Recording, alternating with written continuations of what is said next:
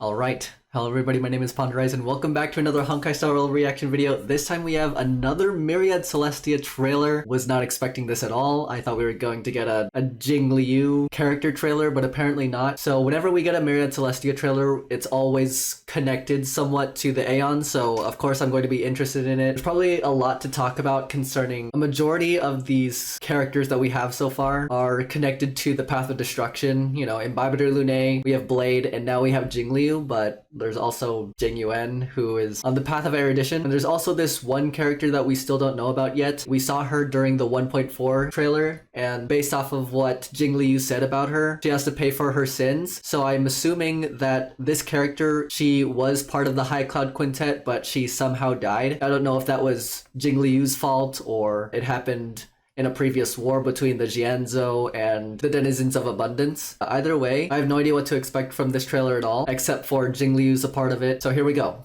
Myriad Celestia trailer, Cloud Knight's martial doctrine on swords. honkaistarrail. We're gonna start this reaction in 3, 2, 1.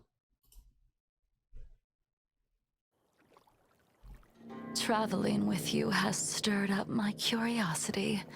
Oh. What drove you to pick up the sword at such a young age? Oh, we're going back to Yanqing's companion mission. There's no harm in telling you.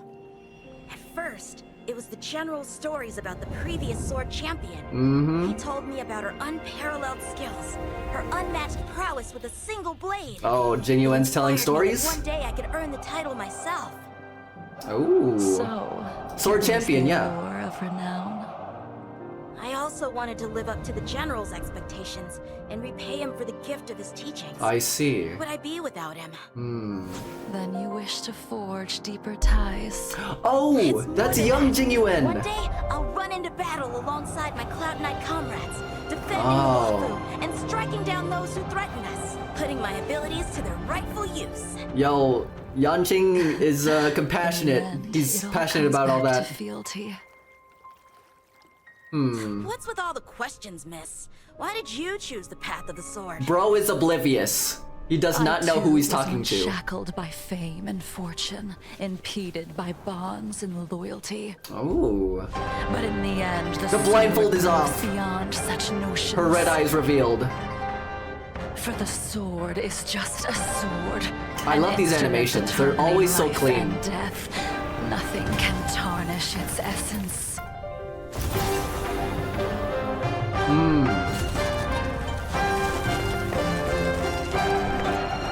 Oh my goodness. Only when you've walked the fiery trail and cut through every impediment can you understand the purpose behind is every this swing of your sword. JINGLIU's past about her being Mara-struck? Oh. Yanqing feeling pretty nervous. Now, future sword champion, I wield the sword to vanquish my enemies. Oh my goodness. And now, our battle begins. Oh shoot! And we all know that Yanqing got absolutely destroyed. Oh gosh. Yanqing's getting destroyed every which way. We're gonna rewatch this. I was mainly paying attention to visualizations again. This time let's pay attention to dialogue.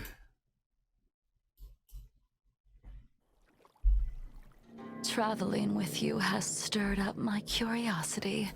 Obviously, she said this during Yanqing's companion mission, I think, because there was like this mysterious warrior that took care of the Mara-struck during Yanqing's companion mission. And then these two met up, and Yanqing didn't know a thing about this certain stranger until the end, so... What drove you to pick up the sword at such a young age?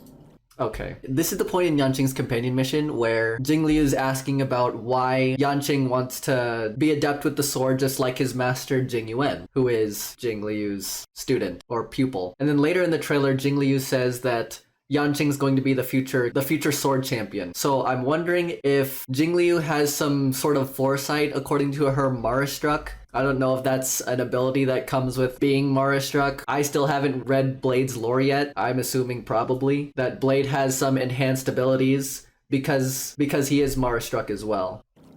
Well, I suppose there's no harm in telling you. Arrogance, Yanqing. You gotta watch out for it, especially with someone that looks like a freaking playable character. First, it was the general's stories about the previous sword champion. He told me about her unparalleled skills, her unmatched prowess with a single blade. It inspired me that one day I could earn the title myself.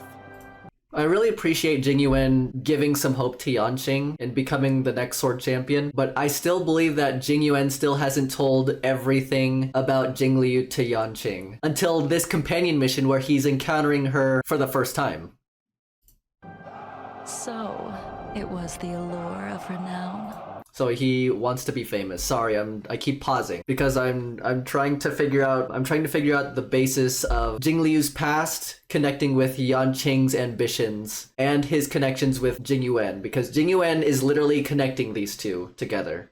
I also wanted to live up to the general's expectations and repay him for the gift of his teachings. Where would I be without him? Yeah, true. Then you wish to forge deeper ties. Aw. Young Jingyuan. I wonder what happened to JINGLIU that caused her to be Mara struck. Same with Blade. It's more than that. One day, I'll run into battle alongside my Cloud Knight comrades, defending the Luofu and striking down those who threaten us. Still, the ambition is speaking. He's still a sword knight in training, so of course he's going to be eager and enthusiastic in trying to be a better swordsman and enhancing his skills. I feel like he just doesn't realize the risk of doing this. He is a lieutenant amongst the Cloud Knights, and this was also during his companion mission, this dialogue. JINGLIU and Yanqing had that sort of conflict. And from this scene right here, I can tell that JINGLIU was very renowned and skilled amongst all these other Cloud Knights.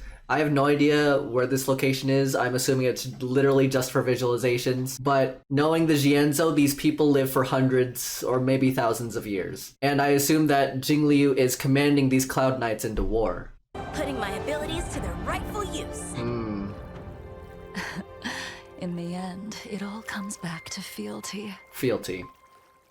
Okay. What's with all the questions, miss? Why did you choose the path of the sword?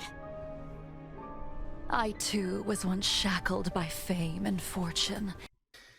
Huh. She was shackled by fame and fortune. So she was blinded by those kind of false values. And becoming a sword champion, wasn't she a sword champion herself? Also from this trailer, we didn't really get much of the history of the High Cloud Quintet. I assume we're going to get that information when we play her companion mission. I'm still wondering what her ambitions were, or where her value lied when she was a sword champion before she was Mara struck.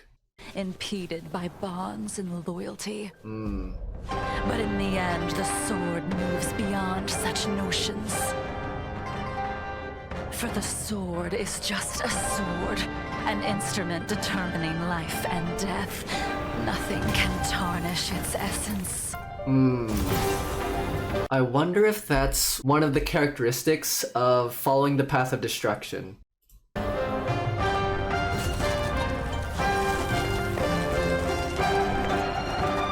Only when you've walked the fiery trail and cut through every impediment can you understand the purpose behind every swing of your sword.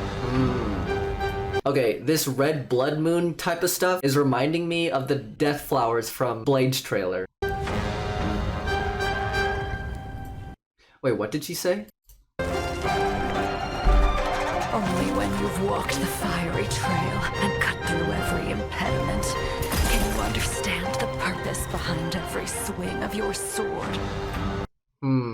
Based off of my own interpretation or perspective from her saying that, it seems as if JINGLIU's trying to teach Yanqing this before he becomes a sword champion, and telling him that if you experience trial and hardship, then you will know what the purpose of swinging your sword is. Because Yanqing is a lieutenant amongst the Cloud Knights, like he's in a high position. He's in a position where he can command Cloud Knight armies, I'm assuming. But he's still under the jurisdiction and the authority of Jingyuan, who is his master. Because he felt like he was an underwhelming sort of character or in a position. I forgot the context of Yanqing's companion mission, why he went alone on this mission to figure out some Mara-struck Cloud Knight business. But from the eyes of a trainee, from his perspective, he doesn't feel appreciated. He literally wants to prove himself to Jingyu and trying to help him realize that Yanqing is capable of doing all this stuff. So if Jingyu can't teach him this lesson of discipline and knowing his place, and that he will grow over time to fill Jingyuen's shoes in some way, shape, or form. If Jingyuen can't teach him that, especially at this stage of Yanqing's eagerness to accomplish certain missions by himself, we have JINGLIU encounter him and teach him this lesson herself.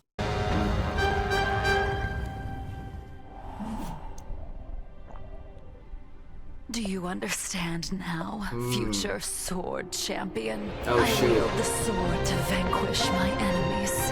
Nothing more. And now, our battle begins. Wow. Jingliu's skills completely outmatch Yanqing's. Yanqing literally has no chance, not even against Jingliu, not even against Blade, and he still has much to learn, especially from Jingyuen. But holy heck, we now understand Jingliu's purpose in her having a sword. She's following the path of destruction. She only has a sword to cut everyone up, literally. Really great character to pull for. I really want to know her lore and to know about the High Cloud Quintet that includes Blade, Jingyuen, Danheng, and Baibaru Lune, and also this one person. Maybe playable, most likely dead. That was a really good trailer. If you guys enjoyed my reaction, leave a like on the video, subscribe to the channel, would really appreciate the support. Check out these videos. I do honkaistarrail reactions and gameplay, as well as a Genshin video every now and again. Really good to ponder these videos, I tell you what. As always, thank you so much for watching. Stay safe and stay awesome. Have a good one.